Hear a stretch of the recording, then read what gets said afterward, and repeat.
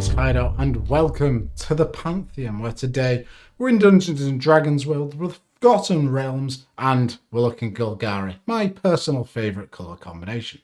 So, who are we having a look at? Well, it's Shessra, Death's Whisper. 4 mana for a 1/3 human elf warlock. And it's got Bewitching Whispers. When it enters the battlefield, target creature blocks this turn if able. And at the beginning of your end step, if a creature died this turn, you may pay 2 life. If you do, draw a card. Very, very nice effects. You know, being able to control combat, you know, and manipulate where your opponents are blocking, that sort of thing, can be very powerful. And it's quite unique in green-black. Well, there is Sisters of Stone Death, but that's a different matter. So this is a really cool commander, and let's dive into it. But before that, please do subscribe to my channel. I'm going to be making videos like this for every single legendary creature, and well, there's a lot of them, but we will get through it together. So come with me on this journey. Without further ado, let's have a look at my top 5 for Shessra. In at number 5, we've got Death Touch. If we're forcing our opponents to block, we want to be killing the creature that is blocking. So having Death Touch on a creature means that no matter how much damage we deal to it, it's going to die. And Cheville, Bane of Monsters, is a great example of this. Black and a green for a human rogue with Death Touch, 1/3. At the beginning of your upkeep, if your opponents control no permanents with bounty counters on them, put a bounty counter on target creature or planeswalker an opponent controls. And whenever a permanent an opponent controls with a bounty counter on it dies, you gain 3 life and draw a card.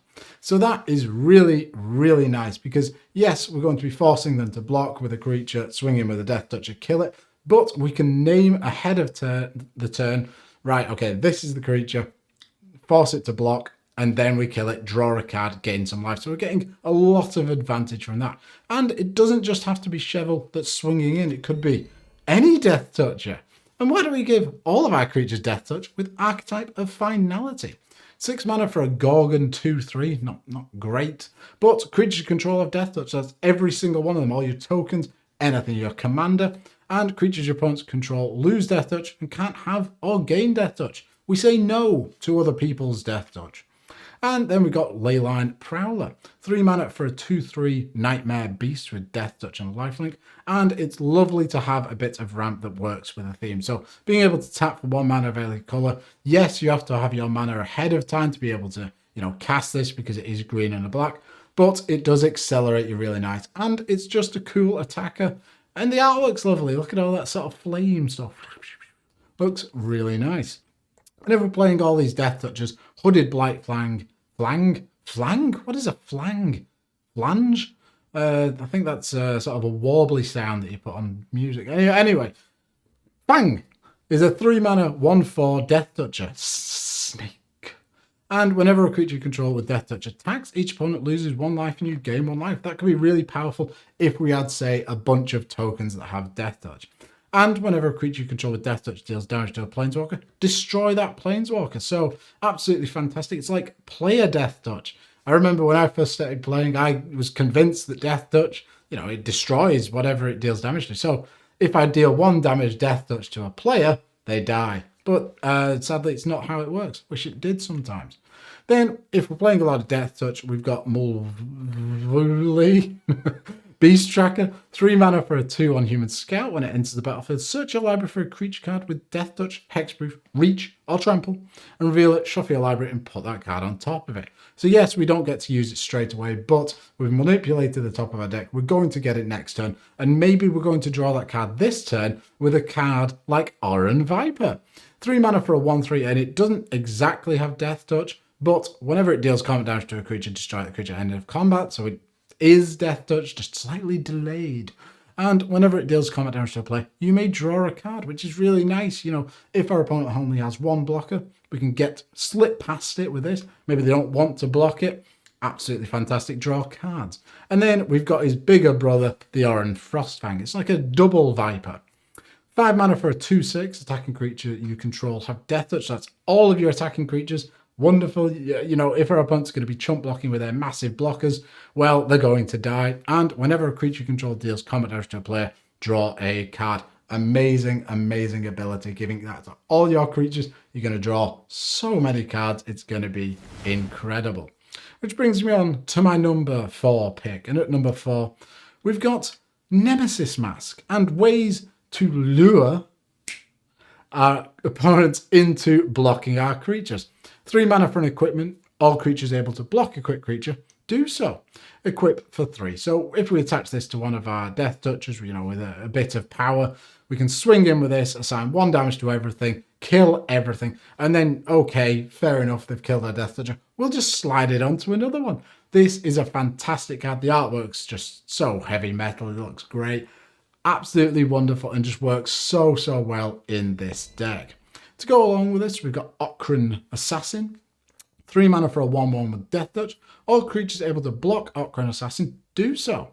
That's a really awesome effect. It's basically lure that's up there on a creature with Death Touch. So we're going to be getting in with a creature. Yes, it can only assign 1 damage, so it only kills 1 thing, but every creature our opponent controls has to block it, so we can slip in with a bunch of other creatures and deal like tons of damage to them.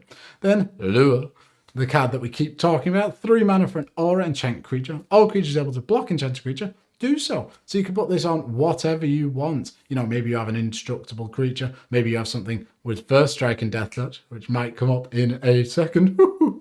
But this is going to be fantastic to work with. Wonderful card. Then we've got Gift of the Deity. 5 mana, so a bit hefty, but look at that artwork. That merfolk thing, its arm coming out and the big scythe. Absolutely amazing. It's an aura, enchant creature. As long as enchanted creature is black, it gets +1/+1 and has Death Touch. So exactly what we want to do, we can give our commander Death Touch. And then, as long as the enchanted creature is green, it gets +1/+1 and all creatures able to block it do so. It's an expensive lure, but it turns our commander into a 3/5 machine. Absolutely fantastic. Creatures will die. They will die. And we're going to draw some cards when they do. Which brings me on to my number 3 pick. Now, our commander is a human elf. So, Glister the Traitor being an elf and having First Strike and Death Touch just fits so well into the deck. 3 mana, 3/3 with First Strike and Death Touch, which is going to kill anything that's blocking it. And whenever a creature an opponent controls is put into a graveyard from the battlefield, you may return target artifact card from your graveyard to your hand. Now, that ability I've not really explored here, but you can play a lot of things like Mind Stone, a 2 mana artifact that taps for a colours, but you can pay 1 and tap it and sacrifice it to put it into your graveyard. Get it back with Glister when a creature dies. There's so many cool things that you can do with it. What I want to talk about, though, is the elf aspect, because elves actually deal with Death Touch quite a bit. Elder Fang Venom, 4 mana for an enchantment. Attacking elves you control have Death Touch, so every elf you attack with.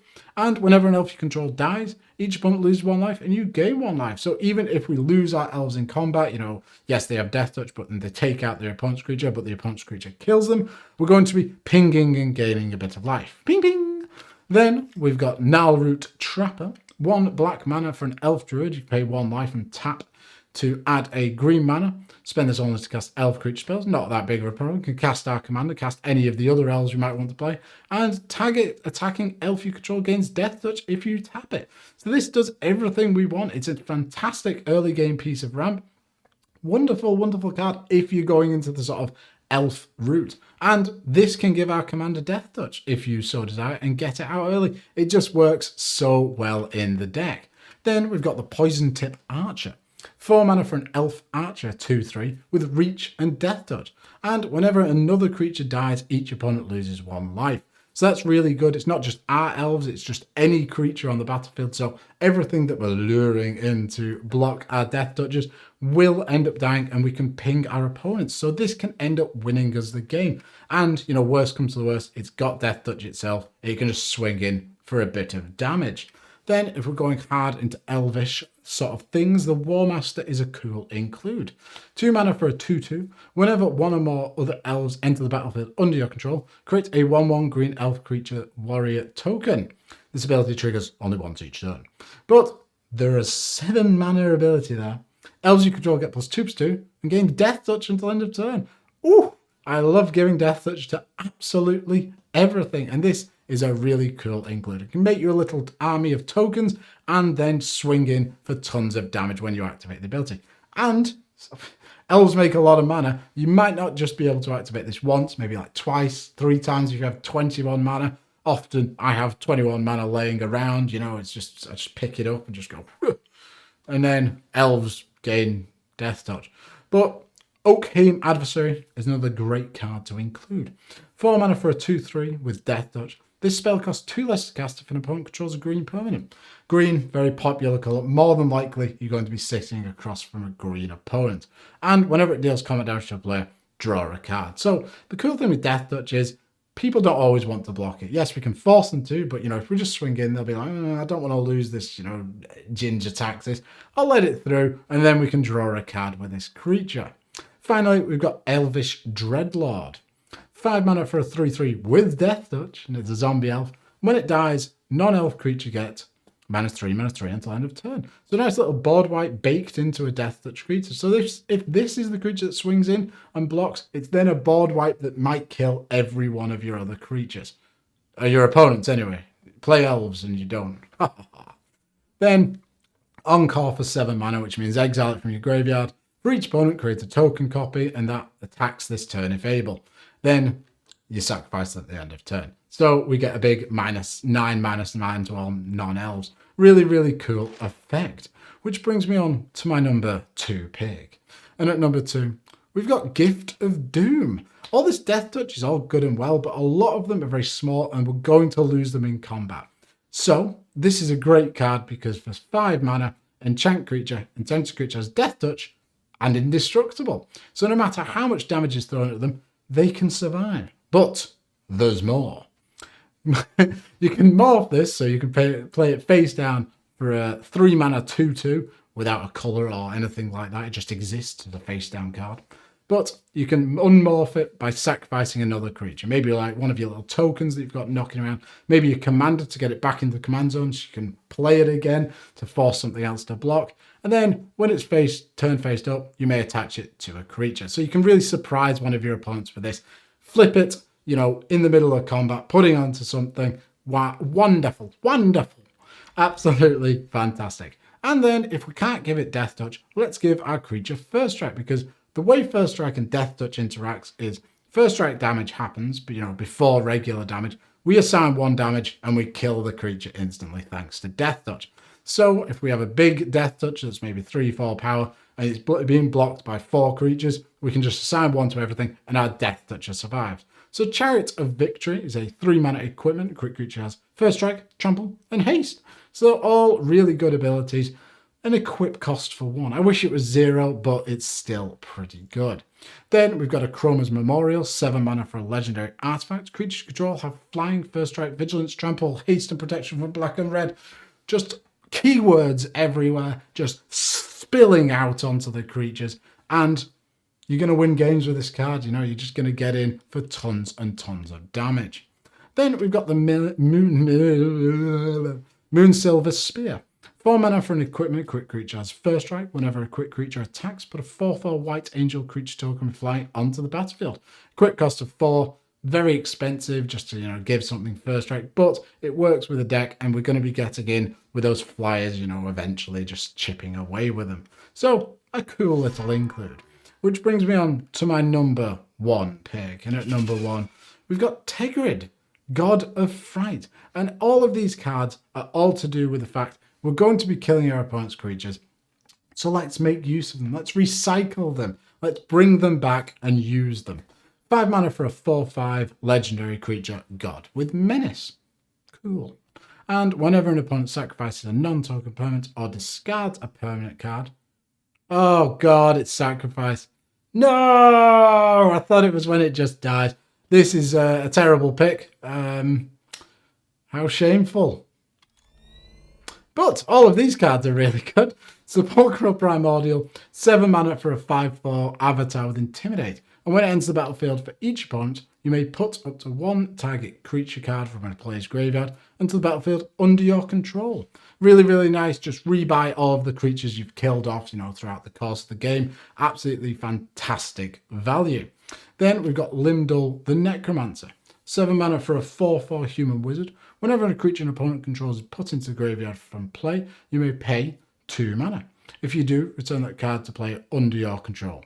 If it's a creature, it's a zombie in addition to its other creature types. Pay 2, regenerate target zombie. So this just helps us get back everything that we kill, and then we can also keep it alive through the regeneration shield. Really, really nice. 7 mana is a big investment, and then obviously you're going to be paying mana over and over again, but it's a really cool card for the deck. Then we've got Grave Betrayal, 7 mana. Again, for an enchantment, whenever a creature you don't control dies, return it to the battlefield under your control with an additional 1/1 counter on it. At the beginning of the next end step, that creature is a black zombie in addition to its other colours and types. So again, just absolutely anything that we kill, we're going to get it back. It's fantastic, and it just works so well. Which brings me on to Geth, Lord of the Vault, another great way of getting creatures back from the graveyard. 6 mana for a 5/5 zombie with Intimidate. A lot of zombies flying around. Wish they were all elves. Very sad about that. Black and X, put target artifact or creature card with converted mana cost X from your opponent's graveyard onto the battlefield under your control tapped. Then that player mills X cards. So not only will this get back any sort of like big threat that we've killed, we can then mill over more and potentially get even more. And if you're going down the elf route, you're going to have tons of mana to pump into this and just keep getting back the best creatures and artifacts. Then Puppeteer Click. 5 mana for a 3/2 fairy wizard with flying. When it enters the battlefield, put target creature card from an opponent's graveyard onto the battlefield under your control. It gains haste at the beginning of next end step. Exile it with Persist. So when this dies, it comes back with a -1/-1 counter. If it doesn't have a -1/-1 counter on it, -1/-1 counter. So really, really nice. Buy back one of those big threats that we've either milled or destroyed, and then just get in for tons of damage. Then we've got Cairn Wanderer, which is a slightly different take on this. 5 mana for a 4/4 shapeshifter changeling, so it's an elf. Ooh. And also a zombie. Wow. And as long as a creature card with flying is in a graveyard, it has flying. Same is true for Fear, First Strike, Double Strike, Death Touch, Haste, Landwalk, Lifelink, Protection, Reach, Trample, Shroud, Vigilance. Tons of keywords. And the cool thing is with this deck, because we're manipulating combat and, swinging in with our Death Touches, there's going to be Death Touch in there. More than likely there's some First Strike in there. And we can pick out our opponent's creatures and make sure that, maybe the Double Striker dies. Maybe a creature with Shroud dies. And, we can really play around with it and get a sort of build your own massive threat. And it's an elf, which is really nice. So, those are my top 5 picks. Sorry about Tegrid. I've had a mind blank there. But the rest of the cards work with the commander. So, sorry about that, but it is what it is. Mistakes happen. And I've filmed the video now. It's too late. So, thank you very much for watching. Hope you enjoyed it, and I'll see you soon. Bye. Subscribe.